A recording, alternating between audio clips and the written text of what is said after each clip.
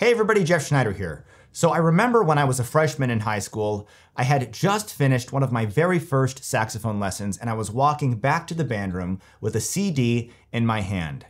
And on that CD was a selection of jazz solos, saxophone solos that my teacher wanted me to listen to and then choose one and transcribe. I put the CD in the stereo right when I got back to the band room and I took a listen and I was blown away.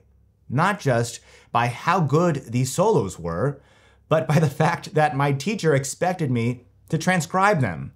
There were so many notes, they were playing so fast, and looking back on it now, I would have told my 9th grade self to not worry about transcribing solos, but actually focus on transcribing melodies. Why do you transcribe a solo in the first place? Why does everybody recommend doing that? Well, of course, it's good for your ear training, but you also get a chance to, if you write it out, you can analyze and see how the notes relate to the chords, but you can do the same thing with melodies. Let's take a look here at All the Things You Are. This is a really simple melody to transcribe, especially if you're new to ear training and transcribing, because there's not a lot to it. Here's how it goes.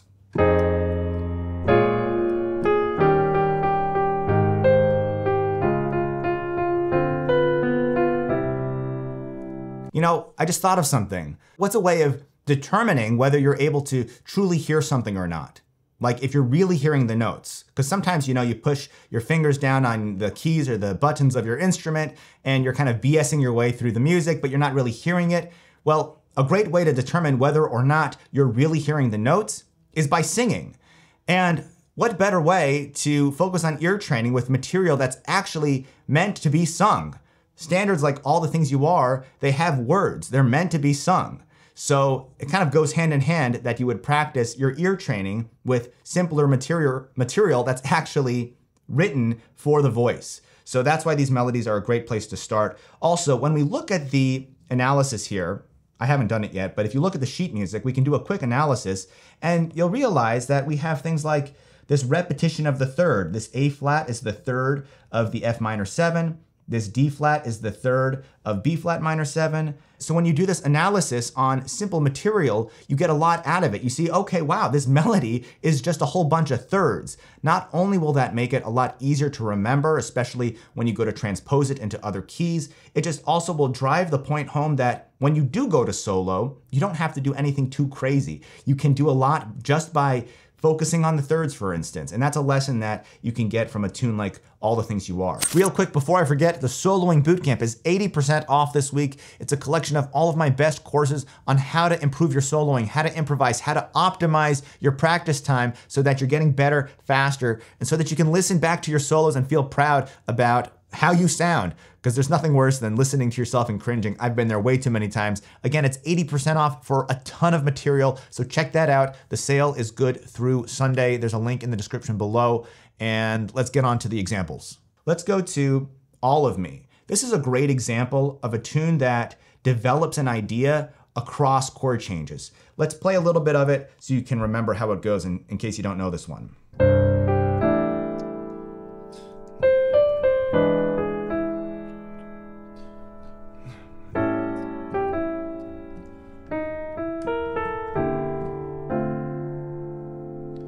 Even in just the first 8 measures, we can learn so much about making the changes and developing ideas. You know, in jazz education, there's this idea of motivic development, like it's some holy grail that is hard to grasp. But really all it is good composition. One of the ways I like to think about improvisation is that it's like spontaneous composition.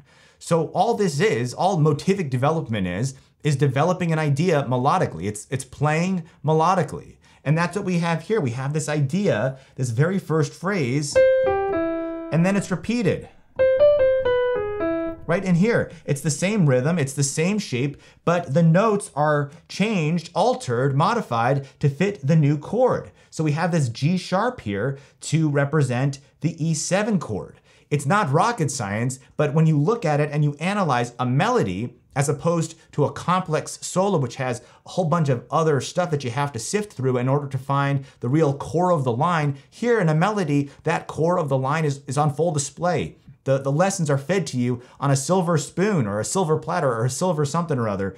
Oh man. So then you can look at the next measure and you'll see it's the same kind of thing. It's the same shape, the same rhythm. We have the first phrase right in here. Then the next phrase, same kind of thing, adjusting the notes to fit the chord.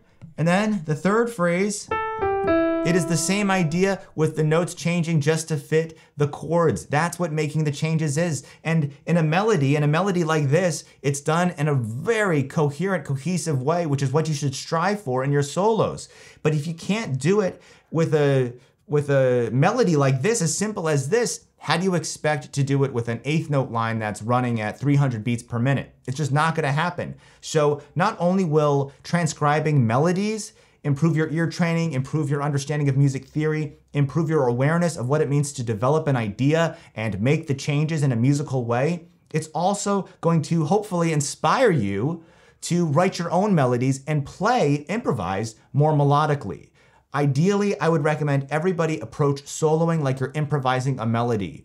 Yes, you can play a solo like Charlie Parker or John Coltrane and have a ton of notes in it, but I guarantee all of the greats that you love who can shred up and down their instruments, if they wanted to, they could improvise a simple melody that a 4-year-old could sing back because they know how to make good music. And then once you can do that, you can dress it up however you want. All right, so last but not least, we're gonna check out a bebop head. This is Donna Lee. And yeah, there are a lot more notes in this one, but the nice thing is you can listen to many different recordings at different tempos. And you know how when you listen to a solo that you're trying to transcribe and there's a note in there that's like, it's covered up by another instrument or it's flubbed or there's something weird about it. Well, the nice thing is when you're transcribing a melody, you can go listen to another recording of the same melody and figure out what that note is. So let's take a look at just the first few measures here. And what's great about a head like this, a bebop head like this, is that there's so much good vocabulary that you can extract from it and put into your own solo. So here's the first few measures just so you can get an idea of how it sounds.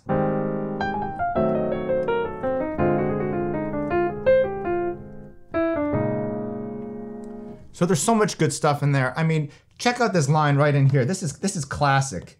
This guy right there, that arpeggio going on to the G, F there. This is a classic bebop line that Charlie Parker, yes, plays in this melody, but he plays it in a ton of his solos as well. So you don't need to go to a solo just to get bebop vocabulary. You can get it right from the heads, and that's a great place to do that.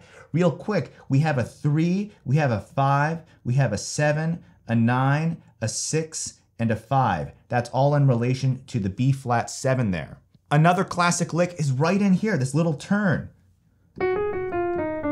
Now what's going on here is actually we're holding over the F7 into the B flat. So the F7 has this G flat right in there. I'll go to a red pen so you can see what I'm doing. This G flat is the flat 9 on top of that F7. So we're sort of carrying over the F7 into the B flat 7 measure. And it sounds like this. Or if you extend it back.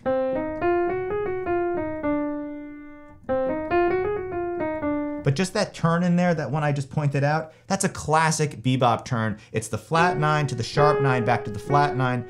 And then you can just continue on down the scale. In this case, it resolves to the 3rd of B flat 7. My point here is that there's so much you can get from transcribing melodies, whether it's analyzing basic melodies like All the Things You Are, or looking at a tune like All of Me and seeing how a simple melody can make the changes in a very melodic way, or extracting vocabulary from a bebop head like Donna Lee. Once you're ready, you can go on to transcribe a solo, but if you can't transcribe the melody first, you're trying to walk before you run. No, you're trying to run before you walk. Anyway, remember the Soloing Bootcamp is on sale this week and this week only. It's 80% off. Link is in the description and on the screen somewhere here or there. And there's probably another video somewhere on the screen that you can check out that I hope you'll enjoy. I'll see you over there. Thanks for watching. Bye-bye.